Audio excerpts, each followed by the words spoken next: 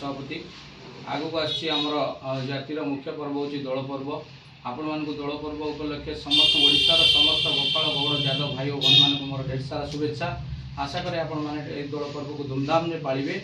आउ धूमधाम से पालिबा सहित ये दोल पर्वर मुख्य कारण रहा आम भाईचारा बजाय रखा। आम केमती दोल पर्व जरिया विभिन्न कला संस्कृति सांस्कृतिक अनुष्ठान जरिया आम केमती समस्त एकत्रित एक स्वर बांधि हवा एक डोर बांधि हवा से नहीं मोर आज कार्यक्रम गोपाल एकता कार्यक्रम आउ गोपाल एकता कार्यक्रमटा आज दोल कर कारण है दोल आगक आसूची तेणुक ऑल ओडिशा गोपाल जादव राज्य कमिटी तरफ ढेर सारा शुभेच्छा।